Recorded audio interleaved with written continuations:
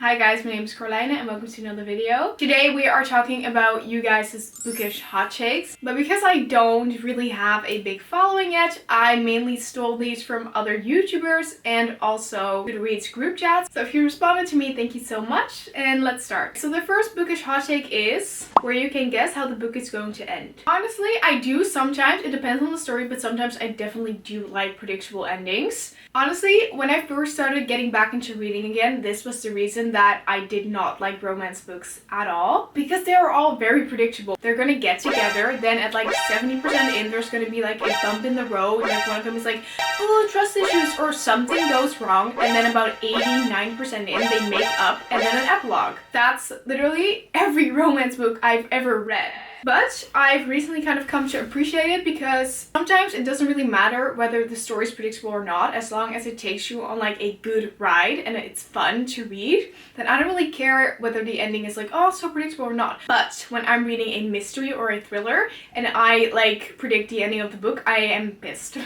I am mad and I am slapping someone across the face. Because with mystery or thriller books, the point of the book is to have your jaw on the floor. But with romance books, you're just kind of there for the fun ride. So with like mystery or thriller or fancy books even, I don't want the ending to be predictable because that will just piss me off. But with a cute little romance book, I really don't mind if the ending is going to be predictable. Ooh, this one is very controversial. Okay, I love the miscommunication trope. Girl! Oh!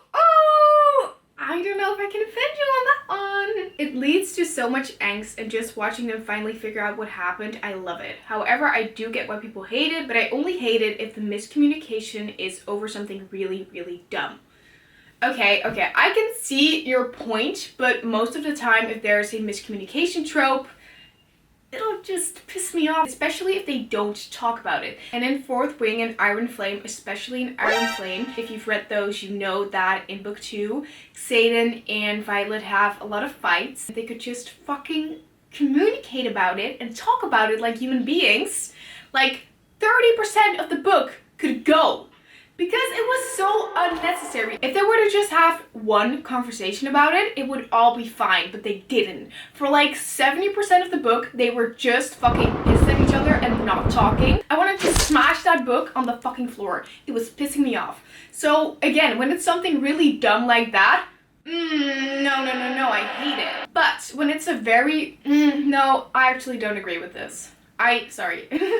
I do agree with this. It leads to so much angst, and then when you finally like watch them figure out what happened, it's great. I do like that, but everything else about it, not my cup of tea. Okay, the next one is also very controversial. It's Fourth Wing and Iron Flame were not good.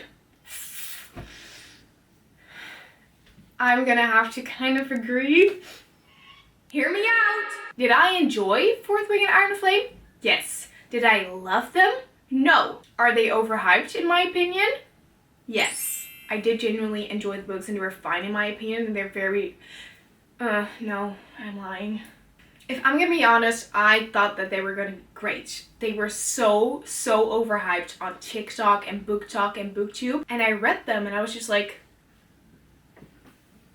where is all this good shit that everyone's talking about? Because I am not reading it. Sure, it was fine, but it was not groundbreaking and amazing. Is the bar so low that we think that Fourth Wing is the best romancy book out there? Have any of you guys even read Throne of Glass? I definitely do agree with this hot take to a certain extent, because I did enjoy Fourth Wing and Iron Flame, but they were just not all that. The next hot take is I love the pregnancy trope and the third act breakup. Okay. I said it, everyone else hates these, but I don't know, it makes the books feel more real, you know? Like, accident pregnancies actually happen along with people breaking up or having a horrible fight before they can truly be happy. I don't know, a lot of people disagree, but those are just my personal thoughts. When you say it like that, maybe I'm gonna go on a tangent. When I'm reading a book and the main character gets nauseous and it's gaining weight, and she's pregnant, I am fucking throwing the book across the room, and I'm opening my window and I'm throwing it out. I'm grabbing a saw from my fucking shed and I'm sawing the book in half. I don't want to read that anymore. It pisses me off because I don't want... Oh, children fuck everything up. I don't like pregnancies that happen throughout the book, but when there's a pregnancy in the epilogue, I'm eating that up. Because that's just a cute, happy ending, and I love that. But I don't want to have to deal with a child during the book, because I'm not reading a book because I want to deal with, like, annoying children. So when it's in the epilogue, I do enjoy a, like, pregnancy trope, but throughout the book, no. And the third act breakup, I actually don't mind. It makes it a lot more real. Third act breakups happen. Accidental pregnancies also happen, but abortion. The next one is mass paperbacks are underappreciated. I mean, they are cheap. So, you know what? I actually agree because they are cheaper and it's a good way to like make the book more accessible to more people. However, when they start looking like this, that's where I draw the line because that's ugly and I will in fact spend more money for a prettier book because ugly covers have got to go. The next one, romance books should never be more than 400 pages. That's what I've been saying! Oh my god, that's what I've been saying. The only exception that I've read so far is the Magnolia Park series. When a romance book is that long, there are just so many unnecessary tropes added to make it longer. And I'm just like, girl, you don't need all that. I'm already reading this. You already got me. I already paid full price for this book. No reason to make it longer. No romance story should ever be that deep. The next one is rereading books is a waste of time. This person has never annotated and underlined a book. And then when they're rereading it, they can read all of their annotations and giggle and kick their feet. That's just one of the very simple joys in life. Why would you deny yourself that? I count my DNFs towards my reading goal for the year. Yes, because guess what? I spent time on the book. I hate cartoon book covers.